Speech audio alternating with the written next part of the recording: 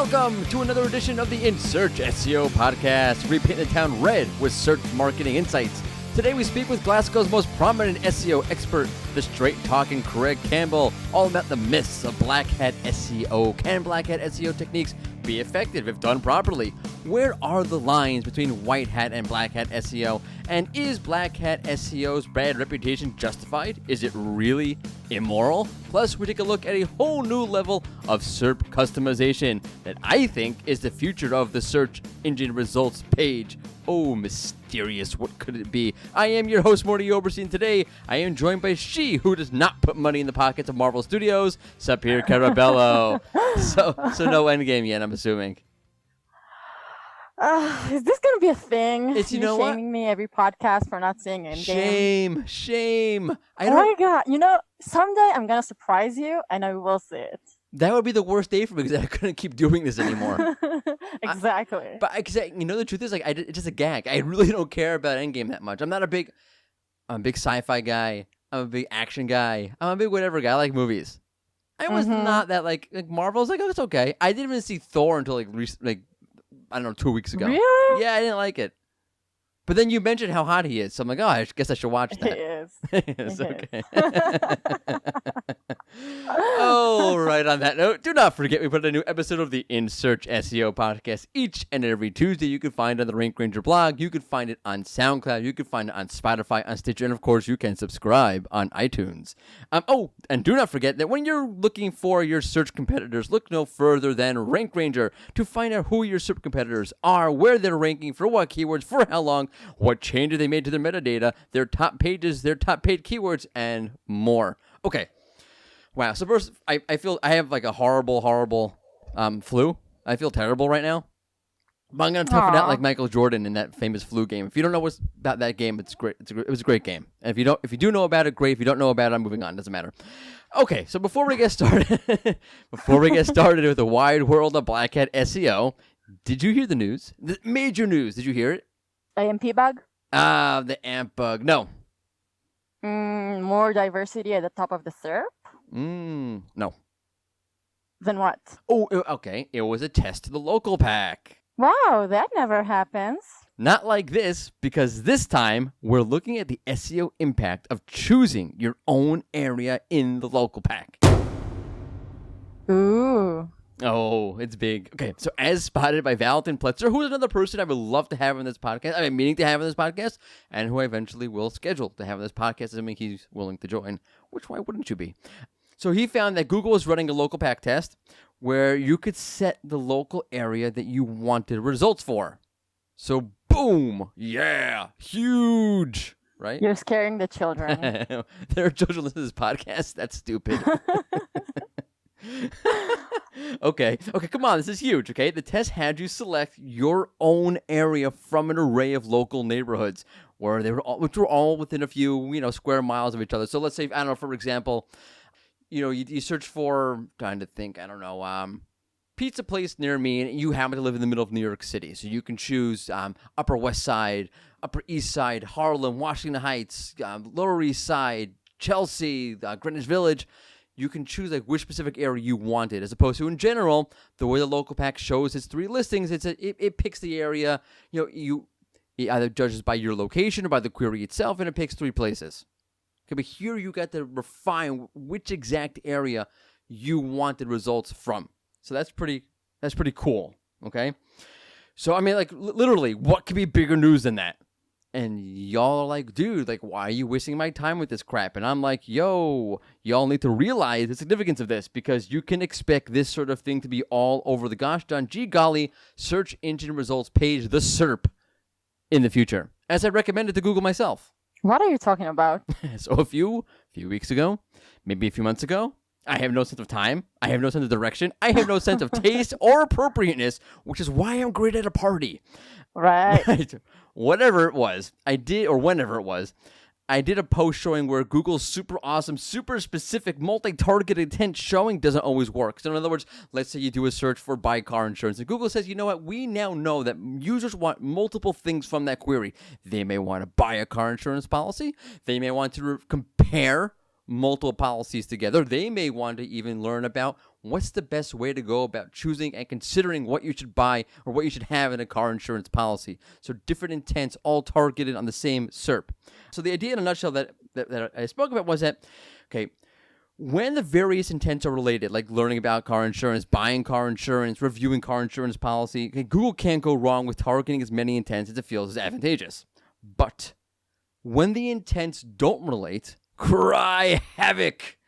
I've always wanted to quote Shakespeare on this podcast. Actually, no, I'm not really a big Shakespeare fan, but I'm a big Star Trek 6 fan. So if you watch Star Trek 6, you know exactly what I'm talking about with that line. And if you haven't seen Star Trek 6, you're like, what is this dude talking about? And so we're going to move on. Anyway, when the intents, like Endgame, like Star Trek 6, so many movies. I like movies. Anyway. I noticed. Yes. I was like, when do you watch all these movies? I'm like, when you're sleeping at 2 o'clock in the morning. Anyway. That's healthy. Probably not a good idea. Right. I'm a night owl. Anyway, moving on. Okay, so when the intents are unrelated, notice when the intents that Google tries to target, the multiple intents that Google tries to target in the same SERP are unrelated, there is a certain amount of chaos on the SERP. For example, I ran a query related to a notebook. I forgot what, a notebook, the notebook, whatever it was.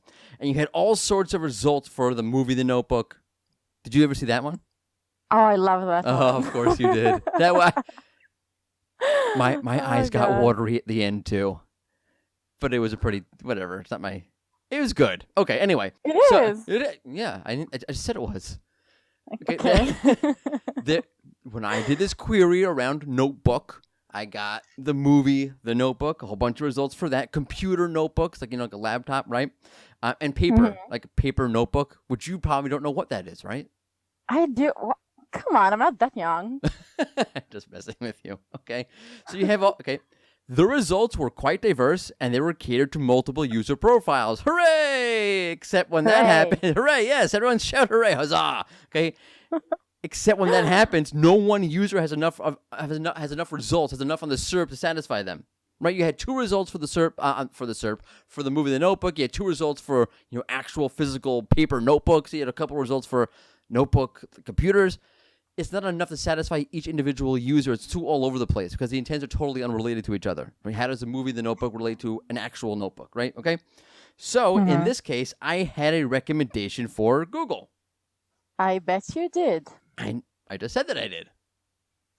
And what did you recommend? Again, it's gonna help myself. Okay, I recommend that Google show large cards at the top of the SERP as an overlay or whatever form it wanted to use. Okay, just large cards that let you choose the intent you're interested in. Okay, so in this case, let's say you had a large card to let you choose between, I don't know, the notebook, the movie, laptops, or physical notebooks. And you clicked on one of those big, visually enhanced cards at the top of the page, and that whole new SERP loaded to meet your exact intent. Right? Or topically, at least. You have multiple intents within that topic. So you want to have 2 results for the notebook, 2 results for a computer, 2 results for an actual notebook. You can choose, right, how to set that whole SERP up according to which topic. It's sort of like a massive, disambiguation box on steroids. Okay, for those who don't know, a disambiguation box, which is a hard word to pronounce when you're speaking this fast, it's a box that appears on the side of the SERP or on top of the SERP on mobile sometimes, that lets you choose. Like Google's like, we weren't really exactly sure what you're asking for. Like if you type in Rangers, did you mean the New York Rangers hockey team? Did you mean the Texas Rangers baseball team? Did you mean Power Rangers? Did you mean Army Rangers? And you can tell Google, no, I meant New York Rangers, the hockey team. Of course, obviously. No, obviously it's Rank Ranger. That's what they meant. Oh, right. My mistake. Yes, obviously you meant Rank Ranger. Then you meant the New York Rangers hockey team. Okay, so in other words, while the format I talked about here, okay, what I'm telling you about now, and the format you saw in the local pack that let you choose the area you want are not exactly the same thing, that doesn't matter. The concept is, right? In other words, what I'm proposing is that Google let you, when the intents are too unrelated, I'm proposing Google lets you choose which intent you want. So that would be pretty great. That would be pretty cool, okay? Mm-hmm. What Google did in this case with the local pack test was say, I'm not sure, Google's saying as if, I'm not sure exactly what you want. Do you want results for, area A? Like, I don't know, let's say, I think the example he had was from like San Jose, and there's all these different neighborhoods around San Jose. Did you want neighborhood A, neighborhood B, San Jose proper? So Google let you choose. So a very same concept, just applied to a local setting. Okay, and this, by the way, makes 100% sense. Why wouldn't Google do this and go deeper with this sort of functionality? Okay, what do you lose, so to speak, by letting the user choose their own path here? Nothing.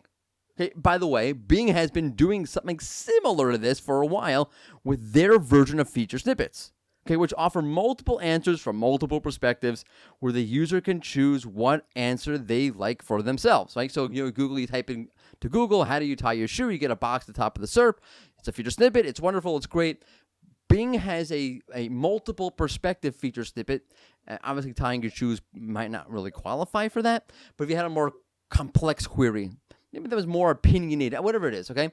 Bing will show you multiple sources with multiple snippets, with multiple answers, all related to that one question. Now, Google does sort of have something like this. It's called a multifaceted feature snippet, where you have one snippet that sits on top of the second snippet, and the second snippet sort of serves as a follow-up question to the first feature snippet in a way, not exactly.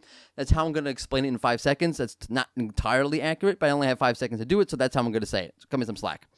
Okay, so why wouldn't, as a side point, why wouldn't Google do this with the featured snippet? Good idea with a local pack. Hey, there's my idea, this disambiguation box on steroids that lets you choose an entirely new SERP, so to speak. Why not do it with a feature snippet? Why not have multiple, multi-perspective feature snippets like Bing does? Well, that's because I think that Google looks at featured snippets as a way to build authority, as coming off as an authority. Okay, look, we just we just want you to think of us, and we want to be an authority for you. We want to build authority, just like we spoke about last week with Ali Berry here on this very podcast about your site building authority. Google wants to build authority for its own site. Google has a site called Google, and in fact, I want to do this very, very badly. And it does this by having a top spot answer known as the feature snippet or direct answers. Right? It's a way for them to come off as hey, we got this, we know it all, we have all the answers for you.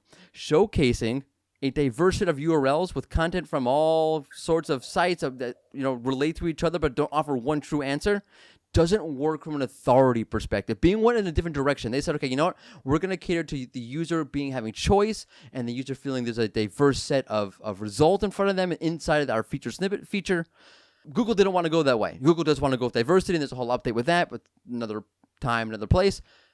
But with the feature snippet, Google wants to go authority, and that format, that multi-perspective format doesn't work when trying to build up authority. And of course, Google, I think, wants to build up its authority for voice search propositions and so forth and whatnot. Okay, by the way, if I am right, okay, this would have huge implications for the world of SEO. Now, if I'm right that Google's going to put in more of these little features that allow you to customize the SERP, which area do you want to be in, or if they go with my idea and say, okay, which topic are you talking about here, and you can have a whole new set of results show up, right? Again, like the disambiguation box on steroids.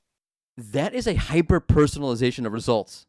Okay, so we're talking a case where you can rank number 1 for a keyword in one case with one user and 100 for the same keyword for another user, which sort of happens now to whatever extent with local, whatever. But I'm talking about this happening on a mass scale and very much extensively, okay? And that changes would change your whole approach to creating content and tracking your progress, and it's enough to make your head explode, and we'll stop here for the sake of sanity, not that I have any. Okay. Let's get... that was a mouthful. It was. Thank you. Let's get to Craig Campbell, and we'll dive into the world of Black Hat SEO. But I have to say, okay, this show, let me set the stage for you here a little bit. This show is about opening areas of SEO knowledge, in case you didn't realize that. It's also about having a good time and being a little bit crazy, but it's about opening areas of SEO knowledge, opening the SEO world up, having a bit of fun while we do it, yes, okay, but, we're about making sure that the world of SEO is open to you. Now, Morty, what does it have to do with anything about Black Hat SEO? Good question. Black Hat SEO exists, okay? Rank Ranger nor I endorse any Black Hat topics in any way whatsoever. That being said, and while you should stick to Google's guidelines, Black hat SEO does exist, and it shouldn't be a taboo topic. Okay, it should be analyzed, it should be combed through like any other topic in SEO. So again, while we don't condone using black hat tactics in any way, we think you should stick to the guidelines. That said, at the end of the day, it is your site, it's your clients, and it's your bottom line at stake, so you should make your own educated decision. So let's get educated. Cut one. Welcome to another In Search SEO podcast. By the way, this is a first. This is our first live on-site, in-the-flesh interview. I am sitting right next to the renowned Craig Campbell of everywhere, okay, of conferences, of courses, of webinars, and, of course, his SEO consulting services. Do you sleep, by the way? Sometimes. Not in this heat, though. So, you have a 4-month-old baby, correct? Yeah. So you don't sleep, I know. It's... I would like to say I don't, but I actually do. The wife's actually very good. Your wife is a righteous woman because mine would never let me get away with that. Let me ask. Okay, so I have to ask this: do you change diapers? we had this conversation earlier. I've done one before, and it was a number one or a piss, if you want to call it piss. Am I allowed to say piss on here? That would be number one. So yeah, not number twos. Number twos is not my thing. I envy you. As a father of 4 children, I envy you. You're my hero. I envy myself as well. I have no idea how I've got away with it, but God bless you. Okay, so we're here to talk about black hat SEO, and let me say, okay, I have to have the disclaimer because Rank Ranger does not endorse any black hat SEO tactics officially or in any official way whatsoever, but okay, SEO, black hat SEO is part of the SEO, overall SEO conversation, and we need to talk about it, we need to discuss it, and you need to make your own decision about what you want to do, because at the end of the day, it is your site, or is your sites that you're managing.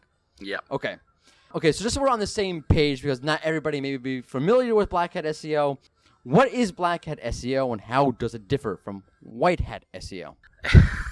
So, I'm not a big fan of the term black hat SEO. So that was my next question, by the way. People term me a black hat SEO because I do a lot of affiliate marketing and I'll push the boundaries more than I may push a client website. So obviously you've got your PR and all the other kind of stuff you do, outreach and everything else, in terms of link building. And for me, who does a lot of affiliate marketing stuff, I might do a few sneaky tricks and people say that's black hat. Now, what I'm not is some dodgy spammer who sets up GSA or builds PBNs, 20 websites on a shared hosting account and links, interlinks everything all together and leaves massive footprints for Google to slap me. That is black hat SEO as far as I'm concerned. Some real shoddy, automated, crappy work. So, black hat SEO... It's hard. I wouldn't consider myself black hat because I try and cover my footprints. I try and do things with a mixture of legitimacy and stuff like that as well. So, as I say, I don't like the term black hat SEO, but people will instantly just assume you're doing spammy, crappy work, and that is what black hat SEO is. And automated tools, you go into Black Hat World, the forum, you've got guys get bots and all this kind of weird stuff going on and doing an outrageous amount of tasks, and some of it works well, some of it doesn't, some of it leads to penalties, some of it doesn't, and it's about understanding how far you can push Google, and no one knows where the line stops, but I'd like to think when I've got an affiliate marketing website that I can play a few games, as we all do in life. Life's one big game, and you can be Mr. White Hat, not swear and all that kind of stuff, but we all like to have a wee beer or whatever, and it's it's no different from the SEO. You're doing something that's maybe a little bit naughty, maybe you shouldn't have had a beer tonight, your wife might kick off and you should have had some water, but that wouldn't have been as much fun. So don't rat me out. Yeah, apologies. That's okay, she doesn't listen to this podcast anyway. That's good. Yeah. It's probably for the better. Yeah. So there are so many things that you just said that I do want to hit it, and we will hit on later. Yep. But I'm going to assume that you think that the terms black hat or white hat SEO don't do anybody any service. Exactly. And the reason that I don't think it does anyone any services, because there's so many white hat guys out there who are doing black hat stuff but will just never admit it, or they think because of who they are it's not black hat or whatever it may be. So I mean, this black hat white hat thing's all down to opinion. What you call black hat might be different from what I call black hat, and it's all, you know, everything's in this game is all about opinions and stuff like that. Who cares what hat anyone's wearing? If you're making money and your site's ranking well, then call it whatever the hell you like. And you know, you've got guys out here there who are playing the PR card, saying I'm Mr. White Hat and squeaky clean and all that kind of stuff, and it's just a sales pitch. These guys are not actually doing white hat SEO. And that's really the point. That's really why we're sitting down doing these interviews, because there are white hat SEO tactics and there are black hat SEO tactics, and it's really up to you. It's a conversation that you need to know. You need to know what both sides are, and you need to be able to have intellectual honesty to say, okay, this works for my site, this doesn't work for my site. So with that, are there reasonable, okay, because the usual association, I don't want to get ahead of myself, but the usual association is, oh, you've gone black hat. Well, you're a scammy, cheater, slime bag, and whatnot. But are there legitimate reasons why someone with really good and honest intentions would take upon black hat SEO tactics? 100%. So when you're operating in very competitive niches and your competition are doing things that are a little bit naughty, you have the choice to either play the game or not and sit behind those guys. And everything in life is all about competition, if you like. And if your competition are doing something that works very well and makes them a lot of money, you really have to, whether it's a football team and they're buying big superstar players or whatever it may be, I can only relate that back to SEO. If someone's doing something and they're spending a lot of money and they're doing these things, whether it's buying links or whatever it may be, you have to follow suit or you're not going to challenge for the title there. And at the end of the day, ranking well for your search terms is where the money's at. And you have to, there's a lot of businesses out there who don't want to do it, and it's obviously because they're scared. There's a lot of scaremongering goes online. People saying you'll be penalised for this, you'll be penalised for that. And a lot of this stuff is scaremongering. I think if you get the mix right, and do a little bit of this and a little bit of that and a little bit of that, then the balance is right. Google's not going to come down on you. And I think for me, you as any business, you've got competition out there and someone will be doing something that's naughty. Now, whether you pay an agency 20 grand a month and you think they're a big PR agency, the chances of that 20 grand actually being spent on anything that's going to benefit your business and it all being squeaky clean are impossible. Now, what is probably more black hat is that agency taking 15 grand of that 20 grand budget and putting it in the back pocket for all the directors. That's theft or black hat, in my opinion. And probably, spending 5 grand across content links, whatever else, your cost tools and research and audits and all that stuff.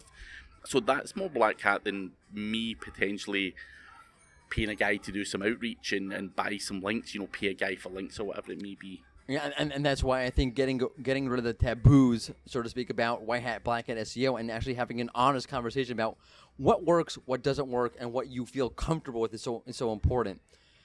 With that, though, there are some really, really crappy black hat SEO tactics. How do you separate out what may be overly absurd, overly, for lack of a better word, pardon my English, crappy, versus what might be something that might be against Google guidelines, but might be a legitimate way, or not legitimate way, might be a reasonable way for you to act with your site? So, yeah, there's, as you say, there's some real crappy, shitty tactics out there. GSA, you fire up GSA, get your blog comments that every other Tom, Dick and Harry's got, and Google can establish you're doing blog comments and every other Tom, Dick and Harry's doing these blog comments, and they can filter them out, and it's quite easy for them to either ban you, or ignore them or whatever it wants you want to do, and you're wasting a lot of time and effort and energy doing that. But in terms of legitimate black hat stuff, people are acquiring links, and when I say acquire, I'll use that word loosely, and you have to basically feed Google what it wants, and Google wants content and links. Let's be honest about it. And there's no point in beating around the bush. You can do your site audit, site speed, click-through rate, all these kind of smaller metrics that may elevate your website slightly. If you're in position 3 and you go into position 1, click-through rate will probably come into play. But to get up there, I think you have to buy links and you have to do things. And for me, most people have to buy links, whether that's niche edits, whether that's they're paying for outreach and they believe that someone's actually outreaching to websites and going to mummy bloggers and doing whatever it was, whatever. The real truth of the matter there is people are actually paying mummy bloggers 50 quid and getting a nice 500 word spun article placed on there and getting a link. And I don't see there much being wrong with that. That getting the spun article is probably not good. What you want to do is get that stuff indexed and do it a little bit better than spinning an article, maybe getting someone to write the article for you. At the end of the day, we need links, we need content, and we need good on-page SEO, and that's it. This game's not that hard. How you go about getting those links, that's where, how black hat do you go? Are you prepared to bribe a guy? Are you prepared to schmooze him? I've had guys take me out for beers. I've had guys buying me steak. I've everything to get a link or get a shout out or for me to promote their tool. Or how were those beers, by the way? Those beers were really nice tonight. Well, Stella in Israel is not what I was led to believe was going to be the case. Someone told me, come over here and taste the best Israeli beer. And then I got told, what are you talking about? They've only got Stella. That is the best beer we got. You get that stuff no problem in Glasgow. Oh, boy. Yeah. I'm jealous. Okay, so there's so many points on there that I do want to hit on, and I'm going to put them aside for a moment because there is a method to my madness, and it is definitely madness. I do want to talk about the effectiveness of Black Hat SEO because we're going to have an honest conversation about this. One of the things that you'll have sort of in the white hat community is that the effectiveness of the Black Hat tactics don't really work. I'm going to quote you in a 2017 Search Engine Land article that said, let me get my best reading voice on. PBNs usually provide little to no long-term value to the websites they are linking to. That said, you don't think so, correct? And why is that? Did I say that? No. Search Engine Land said that. Search Engine Land said that. I am presenting both sides of the argument to my honest and inquisitive audience so they can understand what the real conversation in SEO is and both sides of the equation. So SEO, Search Engine Land said that, and you don't believe that. No. I mean, so the question is why? Why don't I believe that? I've made a lot of money from PBNs, so that's a good reason. Yeah, I can fly to Israel. I can stay in that nice hotel next door. It is a nice hotel. That PBNs paid for that. Nah, I'm only joking. But no, I mean, there's PBNs and there's PBNs. So as I said earlier, there's guys that have got PBNs on shared servers. They can do it at real low cost and everything else, and that's not what I would call a PBN. A PBN, if you can't make a PBN work for you in terms of cost and revenue and everything else, as far as I'm concerned, a PBN is a real website. Whether I use that for lead gen, whether I use that for something else, AdSense, Amazon affiliate, that is what my PBN consists of. Real websites with real traffic, with real metrics that have their own backlink profile, that's not some shady domain name that's expired, that's been fired up from the Wayback Machine and slapped onto some crazy hosting account alongside 20 other websites. So there's a PBN and there's a real PBN, and that's the difference. And that's the exact reason why I want to do this interview, because there's so many taboos about this, and there really shouldn't be to a certain extent. But let me ask you a strategic question with PBNs. How do you keep the cost down if you're doing it at scale? So we had this conversation. $1 million question. Literally before I sat down and picked up this mic, we were talking about the website rev.com. That's right. So if I wanted to be Black Hat, and I know a lot of people out there will want to tell me Black Hat, the minute you publish this podcast, I could go to Rev and get this transcribed, and we're going to have half an hour conversation or whatever it may be. That's going to amount to about 10,000 words, and I can make that a blog post. So you can work at scale. That will cost me $30, and I've got 5,000 words of good quality content. Now, you can go out and follow other podcasters, webinars, whatever. Don't do you that. want Just to stick to Ring Ranger. But there's ways to scale up. Scaling up can be done in a million ways. Using the likes of Rev.com, you can outsource work to the Philippines. There's lots of cheap labour out there. So I know a lot of guys who work at scale who will outsource certain elements of the job. Now, I'm not saying for a second scale up your content by going to the Philippines, because English is not the first language and it's going to be crappy content and all that kind of stuff. But certain parts of a process can be outsourced for $200-300 a month. No, that's a good point. And there's a lot of good guys. I spoke at Chiang Mai SEO and stuff like that. And there's a guy, Mad Singers, who specialises in outsourcing stuff, and loads of guys that I speak with and deal with all outsource their stuff to these kind of countries. Me personally, I've got 2 Romanian content writers, and the cost of labour in Romania is a lot cheaper than the UK. So I could probably have 5 staff in Romania for the price of 2 or 3 staff in the UK. So to work at scale, you have to look at alternative options like that. No, that's a good point. And the biggest companies in the world do this. Cisco, Intel, everyone does this, right? They have centers here in Tel Aviv where we're doing this interview, right? They have Intel is here, Cisco is here, everyone is here because it is the same brain power for a lower cost. Yeah. Right? So don't think that, that's not like, a horrible, black hat topic or black hat tactic, because everyone does that at a certain point in some way. It's the cost of living. The cost of living in Thailand or whatever, for example, you can live like a god for $500 a month. Yeah, it's not a terrible thing. You might be helping them out doing this. Exactly. Yeah. That's the way you've got to see it. So I get that. I've got friends and family who go, "You're paying that guy, $500 a month. If that guy can eat, sleep, feed himself, and stuff like that, and I can benefit from his skills and his, the service that they're providing, then why would I not?"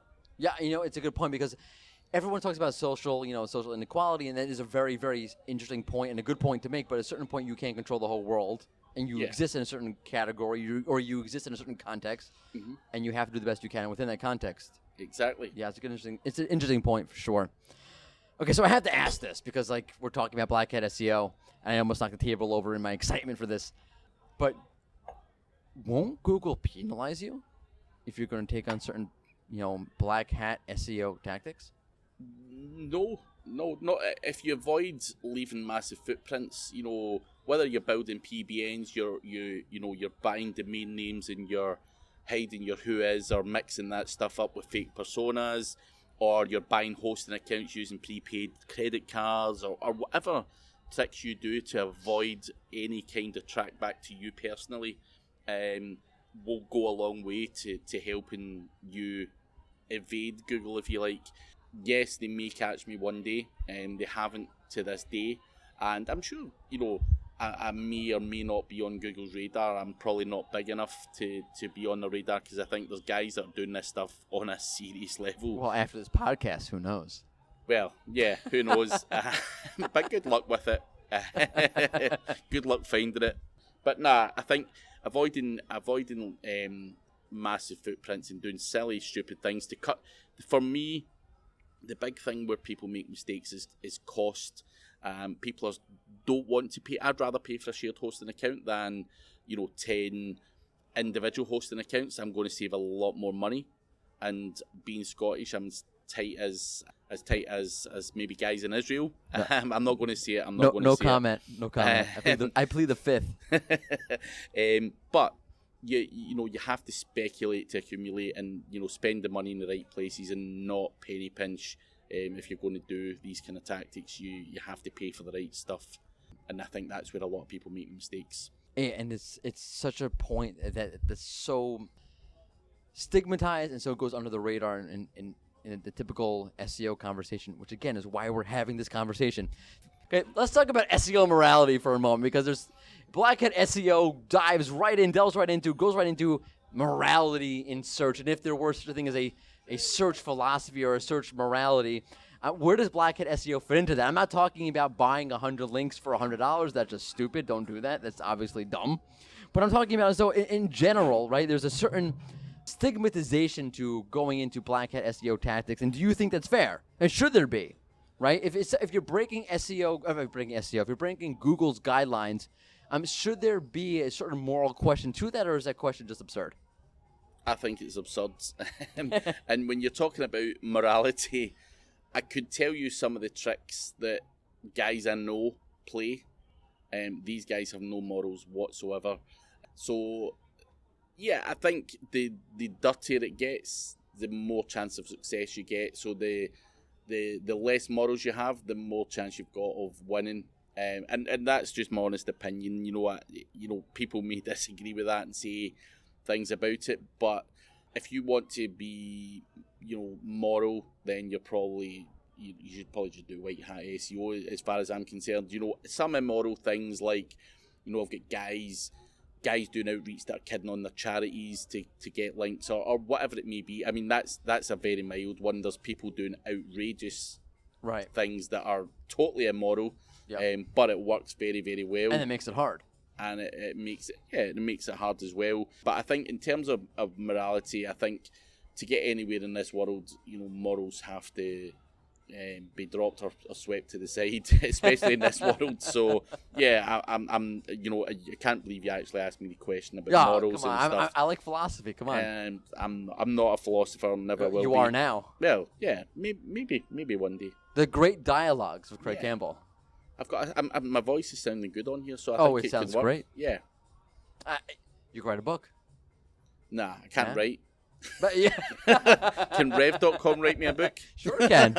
Sure it can. So basically, you don't think that there's any sort of, if some people think that if you're doing black hat SEO, okay, fine, you're breaking Google's guidelines, you have to, because pragmatically, that's just what you have to do. You're saying, though, if I understand you right, that Google's guidelines are not a moral compass at all. It's your site. You can do whatever you want. Yeah. I get it. I hear what you're saying. I've got my own website and it's an affiliate website. I'm not going to bow down to what Google says or this guy from Google says that, I should or shouldn't do. Whether that's the truth or not, is entirely up to yourself whether you believe that. And I'm sure we've all heard of examples of where Google have said one thing and, they've totally contradicted something they've said previously. Well, or they themselves have penalized themselves, so to speak. Yeah. They broke their own guidelines. But you've got guys out there who do A/B testing all the time, who call that stuff out all the time. They're saying, like, that's just an outrageous lie, because look at this. And, so what Google don't want us guys gaming their system. And if they can drop a few clangers in here and there to stop the masses from, whether, and I'm not saying this just so I'm going to make this clear, but tagging your images obviously doesn't really have much of an impact, but say it did, Google would probably tell you it didn't. And because they don't want everyone tagging their images if that was going to be the next big thing that was going to lead you to ranking well. So it makes total sense. If you put yourself in Google's shoes and think, use a bit of common sense, would you want people gaming your stuff? Absolutely not. And you would use guys and you would say stuff that's going to throw people off the track. And I think that's where you need to take a step back and ask yourself a few questions as to whether that makes sense. Do your own A/B testing as well. And, speak to other people in the industry as well who are trying weird stuff. And they'll tell you what works and what doesn't. Yeah, so, you're going to get me fired, I think. Because no, I want to make this point, and this I will say unequivocally. People make a mistake, or the people are confused that Google's guidelines are the official guidelines for the World Wide Web, which is not true. Like, it's your site. Google's guidelines are for their search engine. There are many search engines. There's Duck, there's Bing, there's Yahoo, there's no one else. But Google's guidelines are for showing up in Google's search results. Your site is your site. Yeah. And how you choose to go about your practices on your site is your business, which is, again, why we're having this conversation. But people do make that mistake and think, Google's guidelines are how I should structure my site or go about my site. And those are two, from a theoretical perspective, and pragmatically they may not be, but theoretically speaking, those are two very different things. Your guidelines, your comfortability with your site versus what Google is comfortable with. Google has their own reasons. Google, and it does make sense. Google wants X, Y, and Z because that is good for Google. Yeah. And it is good for Google. And for Google to ask you to do that from Google's perspective makes a 1,000,000% sense. Yeah. But there is a question, and of course, again, Rank Ranger's not taking any official opinion, but there is a question of whether or not that makes sense for your site. And you should at least know that's a different question than what makes sense for Google. Yeah, but let me put this to you. Now, say I make money through Amazon affiliate and I'm doing some sketchy tactics. Does anyone think for a second that I only want to make money for 1 or 2 months by doing something dodgy to get myself penalised? Absolutely not. You know, my goal is to earn money for the next 5 years, 10 years, 15 years, whatever it may be. You know, I'm still in my 30s, so I have to earn money and kids to feed and all that stuff. So I'm not going to do something that's going to jeopardise my income. But what I will do is do more than the next guy who's making, as you know, or who's killing that niche, and that's the game we have to play. And you know, that's something I'm prepared to put on the line for my own personal websites. A paying client may not want to play that game, and that's perfectly their choice if no one wants to run that risk, you know. But as far as I'm concerned, I will push and push and push and push and push until I win. And you know, some businesses may say, I can't afford that risk. I don't want to take that risk, and I get it. You don't want to be tarnished with a brush. You don't want Google coming after you, because if these penalties do come out, it can wipe you out. And you know, businesses have been wiped out. But as an SEO who does black hat SEO, the job is not to go out and see how quickly I can get myself penalised. It's how long can I get away with making this money for, because I want to live a good, easy life. Okay, so let me ask a controversial question at this point then. Do you feel that Google is the one pushing for this? In other words, if Google were a little bit more, what's the word I'm looking for, dynamic in their understanding of what an SEO or what a site needs to do in order to survive, would it be a little less rigid? And would that ease up on rigidity, if that's a real word or not, I'm not sure, create an environment where black hat SEO wasn't needed, or wasn't at least as taboo as it is in the current construct? In other words, is Google causing their own problems? Yeah, I would say so. I mean, Google do cause their own problems. Why release patents or guidelines and tell people how it works if you don't want them to game the system? You know, at the end of the day, whether we play a game online on PlayStation, someone wants to game that thing to win. Whether that's winning the most coins or being the number one ranked on, you know, whatever game you're playing, or you know, I play FIFA, you know, and you know, I know I'm that's sorry, I'm an American. What's FIFA? FIFA is probably like NHL hockey or something like to you American guys. It's the same company that makes it as well, I think. EA Sports. Yeah. Right. So you know, my job in FIFA is to make sure I beat the next guy, and you need coins to do that. And how you get those coins, I could go and buy some coins off some hooky guy on the internet, right. Or do you know what? I could go and play and waste 500 hours of my life, which I don't have, to win those coins legitimate. It's more fun to just go and buy the coins and have all the best players in FIFA, and I'm going to do that and you know, get away with it. And you know, these guys, there's always going to be a way around it. That, you know, anything any obstacle you put in life. Now, if I say to you, you're not having another beer tonight, you're going to find a way to have another beer. Yes, sir. And you know, it's like Google saying, you're not going to do this. Yes, I am going to do this. Right. Right. I think, you know, Google do cause a lot of their own problems by saying you're not going to do this, and I think as a human being, we don't like being told what to do or anything like that. So yeah, people are going to try and break your system. Oh, there's so much. We can have a whole hour conversation about this, but we can't. But I do want the audience to consider that thought for a second, and think for a second that the way things are because, and no fault of Google themselves, are because of the way Google constructs things, and just the way human nature is. I do want to say though that there's certain stigma, there's certain taboo, or there's certain like, oh, you're a terrible person for doing X, Y, and Z because that's what you need to do to survive.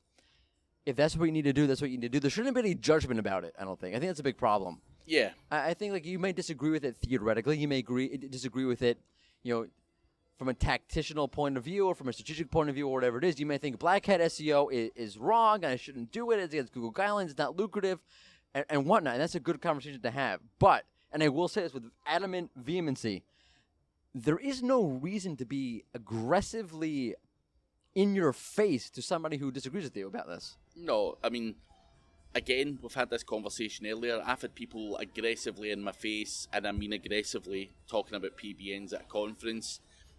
People throwing punches at me and stuff like that. There's no need for it in the world. We can disagree with each other. You could say, Craig, I don't agree with your PBN strategy. I've made 10 times more money than you by doing it this way, and I'll sit and listen.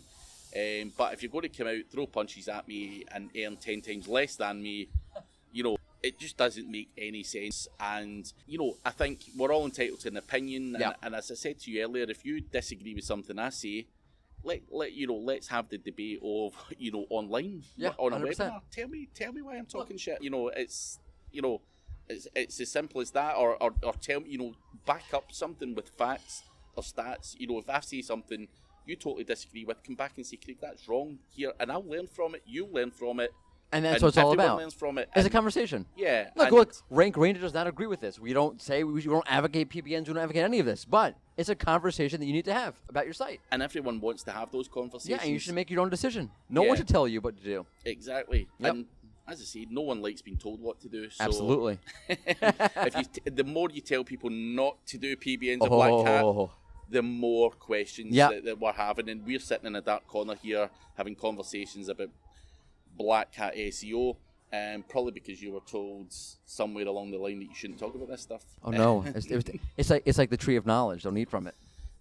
But as I say, I think people have to learn, make their own decisions, and implement.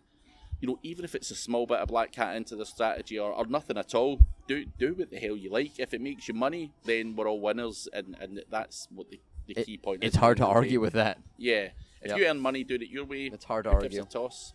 Okay, so that actually brings me into my last question for you, which is, and I'm building up to this, doesn't everybody cheat the system? Okay, put it this way. Okay, you're on the InSearch SEO podcast at Rank Rangers podcast, and we're going to link to your website in the transcript for this podcast. Yeah. You don't have to. We can just mention you. We don't have to mention you. We don't have to do anything, right? We can have you on the show. We don't even have to do a transcript. We cannot put your link in. We cannot put a mention. We can do anything, but we are going to because it's common courtesy. You've came on the show.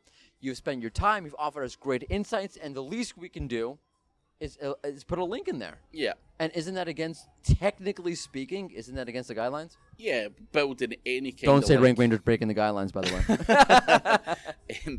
Google's terms of service do say that building any kind of links is against their terms of service. But everyone does it. But the number one ranking factor out there is link building. And, that's something that many people have discussed along the line. So it's a contradiction. And, Google releasing a statement saying building a link's against the guidelines. Yet Google have also stated themselves that link building is one of the main ranking signals. How the hell you could release that?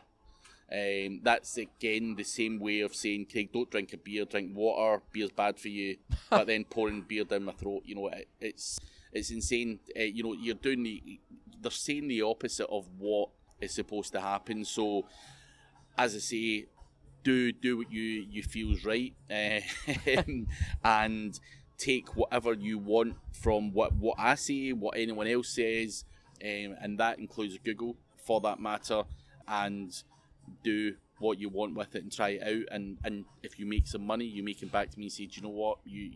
I think I should have bent a few rules here and there, and yeah, that's it. Wait, you're advocating thinking for yourself? Yeah, it's crazy. But the do horror people have of those skills? Brando. Do people have those skills to think for I don't themselves? think so. I think it's part of the problem. I think that is a massive. It's a massive problem.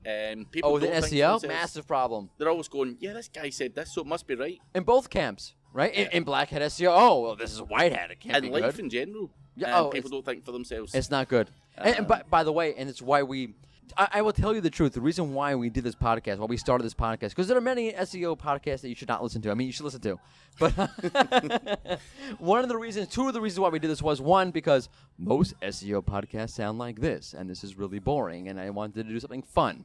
And the other reason is because a lot of the advice that you're hearing out there is just like people are just speaking in a vacuum.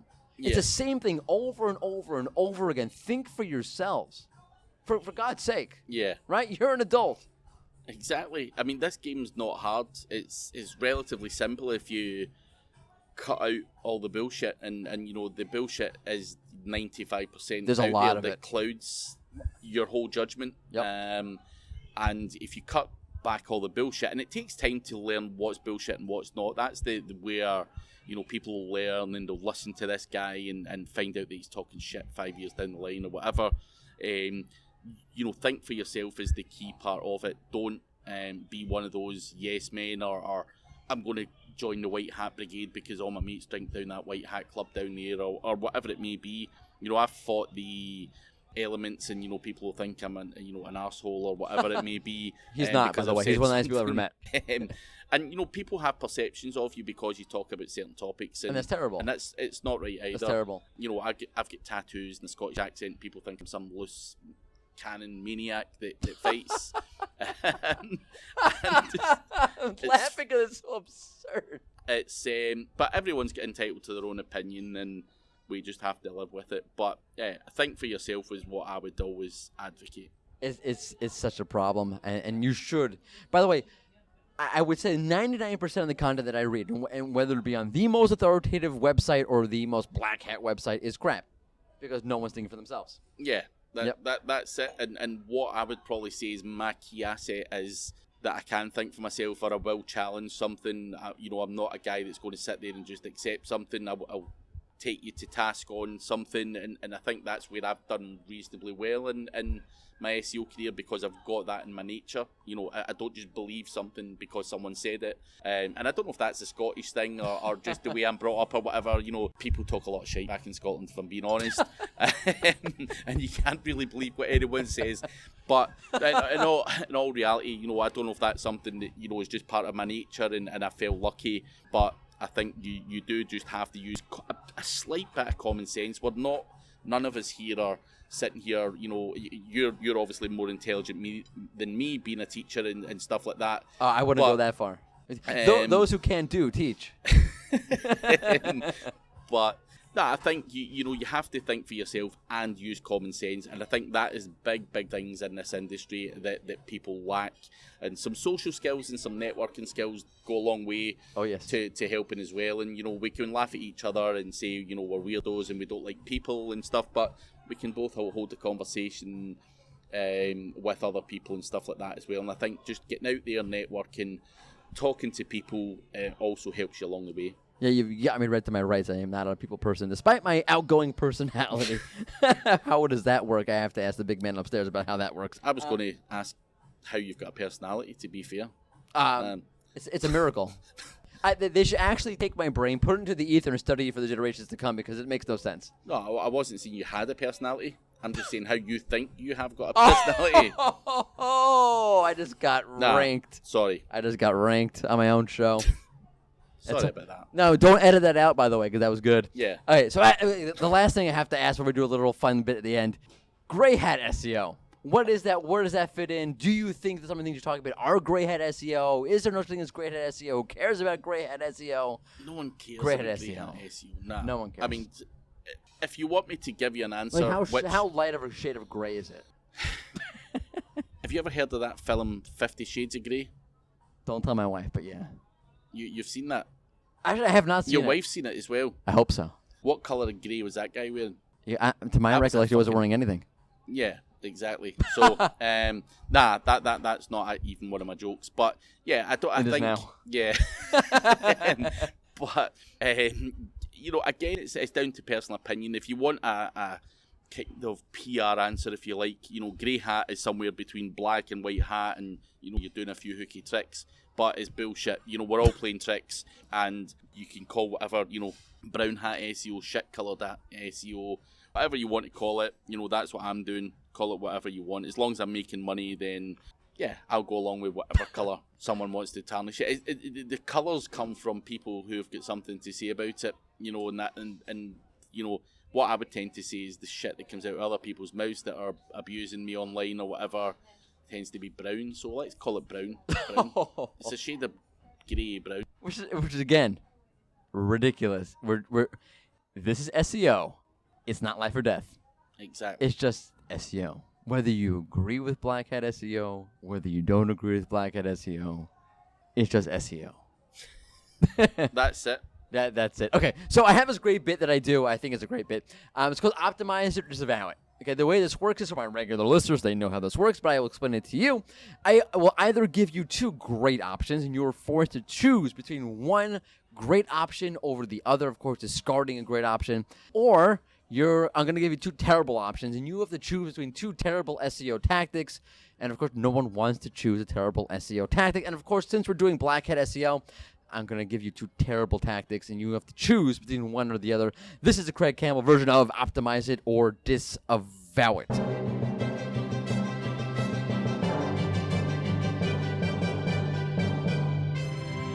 Okay. Assuming you need to do one or the other, it's a zero-sum game.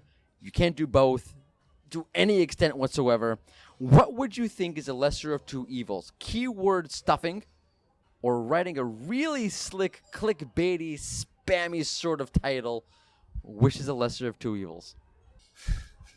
You have to choose one, man. That's the game. So, as far as I'm concerned, click-through rate is a ranking factor. By the way, point on that, and I will say this on record, if Google is not using that, why aren't you using that? That would make things better. And assuming you have the data, it makes sense that you'd be using that because it only makes things better. But you do realize Google are using click-through rate. Mm-hmm. It's a massive ranking factor. I would think so. And we're all doing click-through But they say rate no. manipulation. Yeah, they say no. Right. But it makes no sense. We've had this whole conversation that we don't believe everything Google say. No, that's not true. So the kind of thing about the beta click-through rate title would be the one that I would choose to do. Keyword stuffing. Nothing doing there. That ain't happening. That's true. That makes sense, actually. I mean, it's assuming that, people, I mean, the truth is that... taking a positive from the shit you've basically given me. That's the whole point. And the click-through rate part and, the clickbaity thing. No, but it's true. People will click on it. Yeah. And that if that can help take me from position 2 to position 1, it's a legitimate point. There are terrible titles that that most people know are obviously crap, and you shouldn't click on it. But the reason why people do those kind of those clickbaity sort of titles is not because they're idiots. Yeah, but they know people click on it. The general public are idiots. Like my mother, she'll click on it. Yeah, 100%. Click on all sorts. My mother does not listen to the podcast, so I can say whatever I want. I think my father actually had one of those Indian guys phone him up saying, "You've got a virus on the computer. Click on here and we'll clean it up and all that shit." And then do I have to buy an iTunes gift card? Yeah. So guys out there are not computer literate. I'm not going to say everyone's idiots because that's not the case. No, that's not true. Obviously. But there are a lot of people there who are not computer literate, or they're just not web savvy, or whatever you want to call it. 100%. That's 100% true. My father, by the way, I live 5,500 miles away from my father, and I've lived as such for 5 years. My father just learned how to use video calling to see his grandkids because he's scared of technology. My dad doesn't do. I've suggested to him, my dad's got a dodgy hip and he needs a hip replacement and stuff, and I've said to him, why don't you get the shopping all to your house through Asda, which is a UK shopping place, and he's like, no, I'm never putting my bank details into the computer. Someone's going to steal money from me. My father will never do it. Oh no, never. And there's nothing you can do to change that No, guy's there's mind. nothing you can do, and those are the sort of people who would click on that clickbait title, and that works for you, I guess. So you're banking on our fathers, basically. Yeah. You're trying to manipulate and abuse our fathers. That's terrible. Shame on you. Yeah, but if you're making money from it, if you're making money from it, it's great. Not that I've ever ripped off anyone's father. Except your own. Yeah. I can't deny that one. All right, we're not having you lay down on the couch yet. We'll stop here. Yeah. All right, Craig, thank you so much for coming on the InSearch SEO podcast.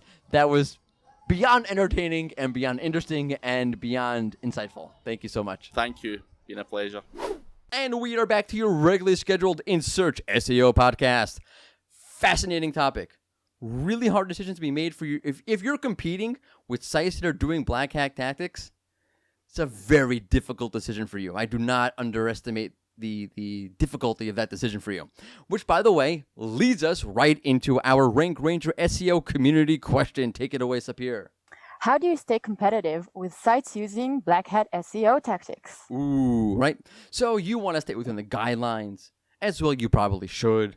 But what can you do to counteract some of the more immediate gains produced by black hat SEO topics? Please share it with us. You will see the question on the Rank Ranger Twitter account. You can find it on the blog that harbors this podcast. You will see it on our Facebook account, our LinkedIn account. It's there. Find it. We would love for you to comment, and we'll share your knowledge. We'll give you a plug next week right here on the In Search SEO podcast. Now, by the way, that reminds me, because last week, right, we asked a question about, besides a bio, because we spoke about EAT last week, how else can you build an author's authority? Right? Everyone knows the bio. One of the many answers that I saw was from Avi from eToro, and he wrote on LinkedIn that you should do LinkedIn, which is okay. LinkedIn is a great way to Google. LinkedIn is one of the top 5 sites that Google crawls all the time. So if you're posting all sorts of content related to a particular topic, and assuming that Google has a knowledge graph and it understands who you are and it understands what you're writing and it can put it all together. So writing on LinkedIn, creating articles on LinkedIn could be a great way for Google to see who you are and what you're writing, and maybe it could theoretically apply that to the site that you're actually working for and writing for and trying to build authority for. So that's an interesting idea from Avi from eToro. Okay, moving right along. A lot of interesting tidbits of information hit the industry over the past week, which is why Sapir is going to please hit it with the news. So there was another Google bug. This time, when on an AMP page, the link to go to the site itself did not work. Right. Okay, so an AMP page, Google has this long-standing problem. It's offered a solution. Okay, when Google caches the AMP page, so when you have an AMP-optimized site and a user goes to it, they actually go to a site that goes google.com/whatever, because Google caches the page for quicker load time, so it's not actually your page. Of course, publishers are all upset about this. This is an old story, and Google offered a way to get around this by having a way to access the actual page itself on the cached version of the page. So let's just say, for argument's sake, you're going to, a CBS News article, and you click on it from the top stories carousel on the SERP, and you head over to this page. It's a Google cache page, and you want to actually go over to the CBS page, which why would you want to anyway? What's the difference? But fine.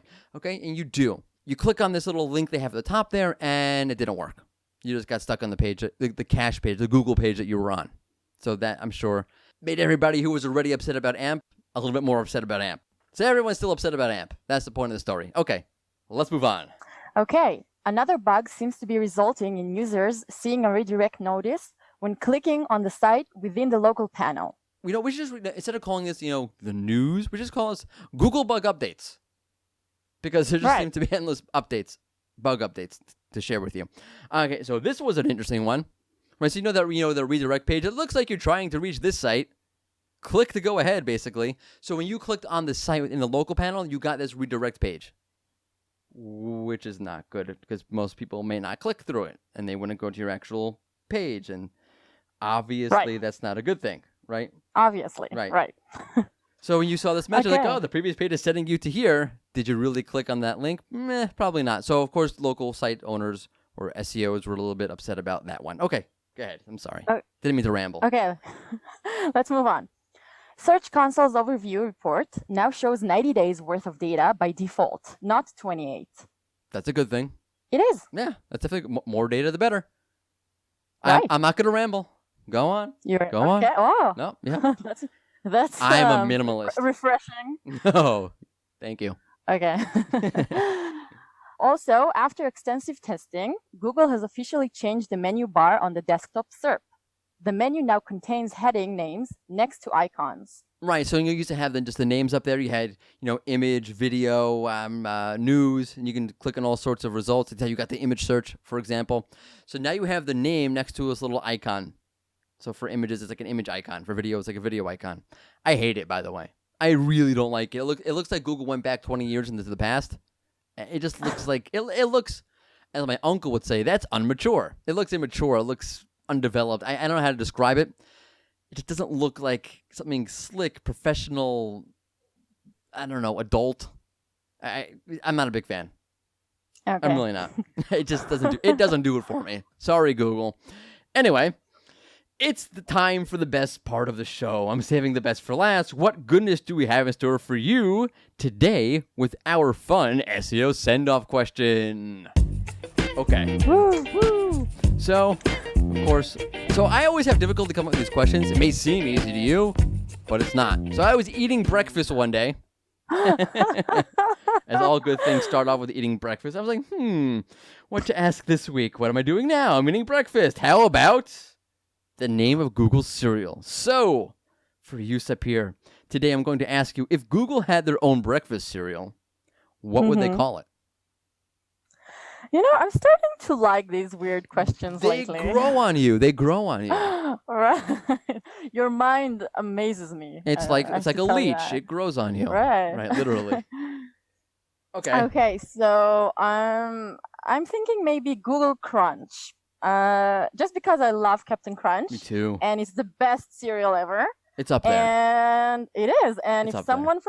someone from Captain Crunch is listening to this podcast, which I doubt, no offense, Morty. Whoa, so Captain Crunch's SEO team, the Crunch SEO team is obviously listening to this podcast, and they're like, we need to take it to the CEO. Anyways, if anyone from Captain Crunch is listening, please provide me with a lifetime supply of your peanut butter cereal. Thank you. Do you ever have the Crunch berries? No, Doesn't I have never that? tasted it. Oh, they're not good. No. That was my one. The peanut butter crunch is awesome. The regular Captain Crunch is divine. Did you ever get to the Crunch berry thing? Never my thing. I don't know. I just very always good. choose the Captain peanut butter. Crunch. The peanut butter is just wow. It's very, my kids love that one, actually. Wow. Yeah, my wife hates when I buy it because it's like full of sugar. I mean, honestly, so this has nothing to do with anything, but a lot of cereals that you don't think have a lot of sugar in it have the same amount of sugar as, like Cinnamon Toast Crunch. So I'm just saying, you don't have to buy the healthy cereal. You could buy the crappy cereal that tastes really good. Anyway, my turn. If Google had a cereal, they would call it Algos. Get it? That's terrible. Like algo, algorithm, algos, like Cheerios, algos. Oh, the hell. Wow. That's so bad it hurts. Sophisticated. So sophisticated. And corny. I'm not usually this corny, by the way. It's 2 weeks in a row I've been pretty corny. Yes. What are you going to do? Sue me. Well, with my corniness. By the way, I think Captain Crunch is made out of corn. Anyway, that will do it for this version of the In Search SEO podcast. Do not forget we release a new episode every Tuesday, so reach out again next Tuesday. Thank you for listening, and don't forget it's In Search because we're all in search of something. Take care. Thank you.